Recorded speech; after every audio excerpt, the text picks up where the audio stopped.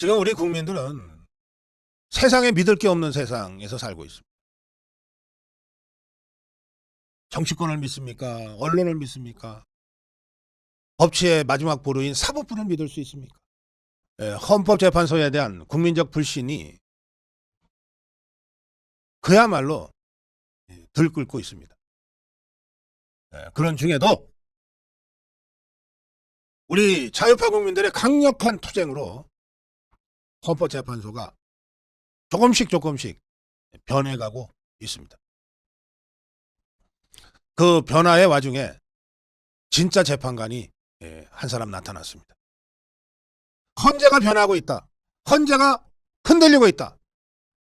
이것은 지난 3일 40여 기를 임명 강행하려던 헌재가 불과 2시간 만에 급제동을 한 데서부터 구체적으로 드러나기 시작했습니다.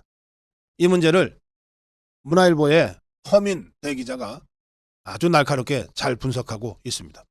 허민의 정치카페에는 문형배의 탄핵 속도 전 여론 역풍의 급제동, 윤 조기 탄핵 구상이 흔들리고 있다. 이런 칼럼입니다. 우선 허민 기자의 주장을 한번 따라가 보겠습니다. 문형배 체제의 헌재가 고도의 정치관여 논란을 일으키며 여론의 역풍을 불러왔다. 특정 정파의 요구에 발맞춰 40역을 임명하려고 강행하던 속도전을 벌이다가 정치 개입 비판을 자초한 것이다. 따라서 헌재가 40역 관련 심판 선고를 전격 연기한 것은 민심 악화를 의식한 조치로 볼 수밖에 없다.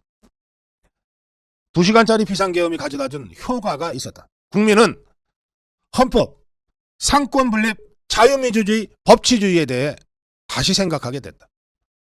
세계가 지금도 자유민주주의와 전체주의로 생사를 건 투쟁을 벌이고 있는 투 캠프 간 체제전쟁이 진행되고 있다는 점을 우리 국민들이 이제 제대로 이해하게 됐다. 국민은 자유민주주의를 기본 질서로 삼는 대한민국의 사법부와 헌법재판소까지 좌파의 숙주로 전락할 위기에 처해 있음을 알게 됐다. 좌파는 과거처럼 국가를 향해 화염병 던지는 체제박 저항자가 아니라 입법부, 법원, 헌재를 장악하고 넥타이맨 체제의 소유자가 됐다. 문형배의 생각은 그의 트위트 X 글에서 확인이 된다. 우리법연구회 내부에서도 제가 제일 왼쪽에 자리 잡고 있을 겁니다. 한국은 북한이 안보를 위협할 것이라고 판단한다면 더욱 많은 대북 원조를 제공해 관계를 개선해야 합니다. 공산주의자이자 김일성주의자인 신영복에 대한 문형배의 말을 한번 보라. 신영복 교수 책은 거의 읽은 것 같은데 돌아가셨구나. 변화와 창조는 변방에서 일어난다는 그분 말씀에 공감했다. 유엔군 참전용사들은 무엇을 위하여 이 땅에 왔을까? 전쟁의 방법으로 통일을 이루려는 자들. 헌법재판소나 재판관은 정치 행위를 해선 안 된다. 헌재와 재판관의 정치 관여 금지는 정언 명령이다. 하지만 지금 헌재에서는 정치 관여, 특정 정파를 향한 선택적 헌법 해석과 법 적용이 다반사로 일어나고 있다. 가장 우려되는 것은 헌재의 민주당 퍼스트 관념과 그를 위한 선택적 속도전이다. 헌재는 탄핵 심판은 재판관 개인 성향에 따라 좌우되지 않는다고 주장했다. 하지만 현실은 민주당 정치 일정에 짜맞춘 행보로 헌법기관의 권위를 스스로 무너뜨리고 있다. 문형배가 기를 쓰고 조기 임명하려 했던 마은혁은 1987년에 창립한 인민노련의 핵심 조직원이었는데 인민노련 창립선언문에는 미국이 5.18 민주화 운동 당시 광주 시민 2,000명 학살을 지원했다는 내용이 담겨 있는 조직이다. 마은혁 임명 속도전은 결국 재판관 보혁 구도를 탄핵 인용에 유리하게 만들려는 또 하나의 정치 행위였다. 이런 와중에 헌재가 선고 2시간 전에 아무런 설명 없이 권한쟁의 심판을 연기한 것은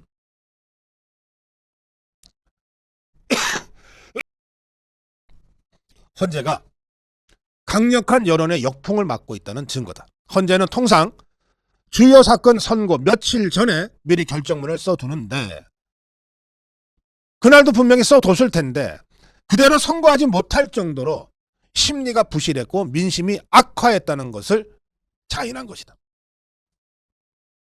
더 중요한 점이 있다. 대통령 탄핵은 정치 과정이다. 탄핵 심판은 결국 여론과 민심의 영향을 받는다. 8년 전 헌재의 박근혜 탄핵 심판 결과는 8대 0이었다. 후일 취재한 결과, 이 대목이 굉장히 중요합니다. 후일 취재한 결과 재판관의 초기 의견은 5대 3 기각이었다. 6명이 안 됐기 때문에.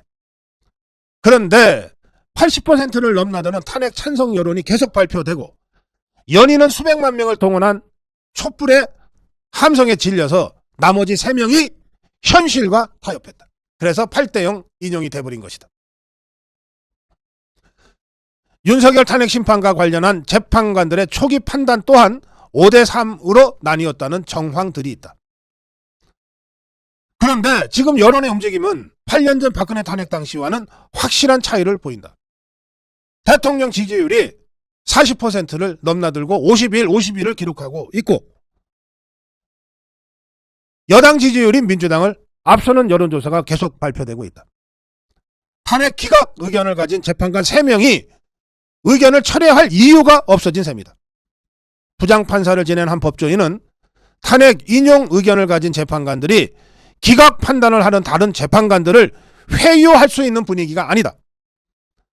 그래서 문 대행이 마은혁 임명을 강행하려고 속도전을 벌이다가 스텝이 꼬이게 된 것이다. 마은혁 심판 연기로 탄핵을 둘러싼 체제전쟁은 분수령을 맞게 됐다. 법원 내 좌파 판사 모임인 의리법연구회 출신들이 헌재를 선점한 데 이어 마은혁까지 끌어들여 좌파 생활권의 확장을 꾀하려 했던 계획이 틀어졌다.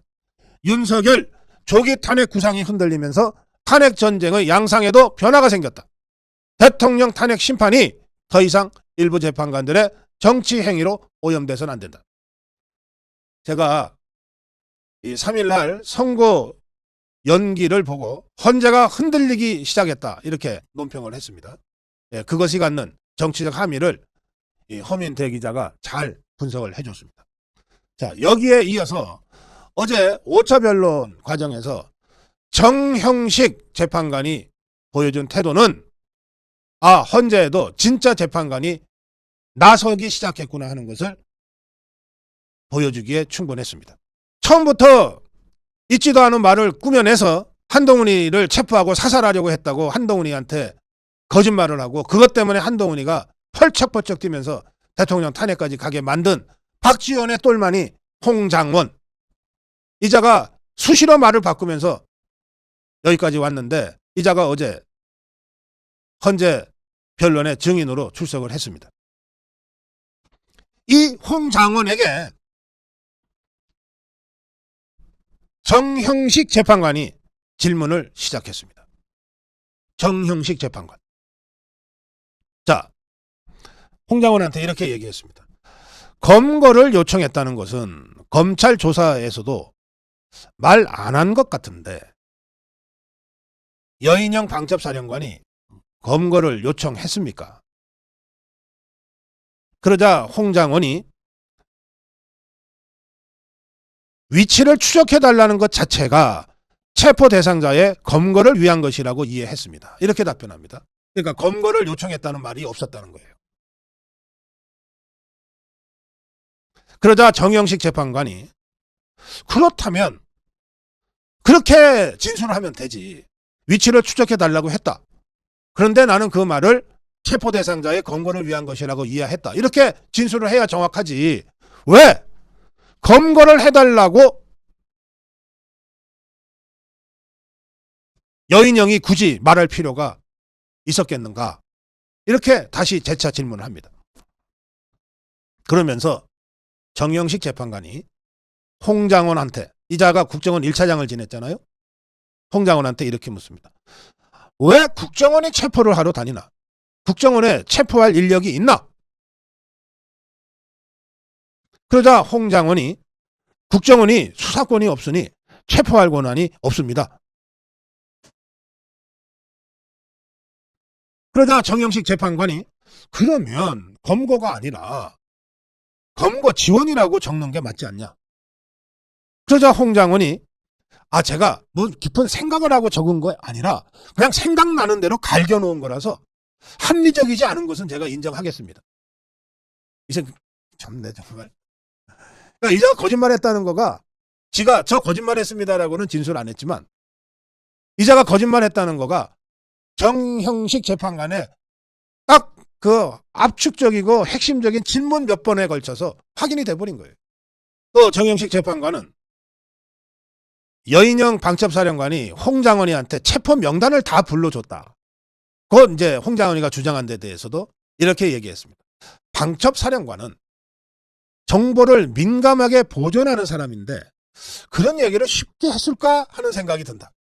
또 그러면서 홍 장원이가 작년 12월 6일 국회 정보위원장 면담에서 여인영 방첩사령관이 불러준 명단을 듣고 아유 말이 안 된다. 이게 미친 액수구나 생각해서 그 다음부터 메모를 하지 않았다고 말했으면서도 그 내용을 자세히 메모를 해놨다는 거예요. 홍 장원의 주장이. 이 부분을 정영식 재판관이 이렇게 지적합니다. 자, 홍 장원 증인의 진술에 따르면 말이 안 된다고 생각했다는 건데 말이 안 된다고 생각해 놓고서 그걸 자세하게 메모를 했다? 이게 언뜻 이해가 안 된다. 그러자 홍 장원이가 여러 가지 급박하게 돌아가는 상황에서 기승전결에 다 맞춰서 할 수가 있겠습니까? 이게 무슨 기승전결 맞추라는 얘기입니까? 그냥 물어본 거예요. 아니 듣고서 말이 안 된다 미친 X라고 생각을 했다 그러면서 왜 메모는 다 그렇게 꼼꼼하게 했냐. 네 앞뒤가 잘 안 맞지 않냐. 이거 물어본 거예요. 정영식 재판관이 묻고 홍 장원이가 답변하는 과정을 보고 있다가 윤석열 대통령이 발언권을 얻었습니다. 얻어서 국정원은 수사권이 없습니다. 검거는커녕 위치 추적도 할 수 없습니다. 방첩사령관이 이를 모를 리가 있습니까? 홍 장원이가 얘기한 뭐 체포전이 뭐니 메모를 했니 어쩌니 저건 자체가 말이 안 된다고 저는 생각합니다. 이렇게 주장했습니다. 또 계엄 당일날 홍 장원이가 대통령과 통화했다고 떠보려고 다녔는데 그거 대통령이 했어요. 그거 간첩 잡는 얘기였습니다. 계엄하고 아무 관계없는 얘기였습니다. 이렇게 주장했습니다. 그동안 헌법재판소로부터 나오는 뉴스는 거의 대부분 문형배발 뉴스였습니다. 그래서 우리 자유파 국민들이 헌재는 문형배 혼자 하는 줄 알았어요. 아니에요. 8명의 재판관이 있고 그중에 정영식 재판관을 비롯해서 저 종북주사파 재판관이 아닌 재판관이 4명이나 있어요. 그들이 발언을 시작했습니다. 그들이 변론 과정에서 형사재판에 준해서 질문을 시작했어요.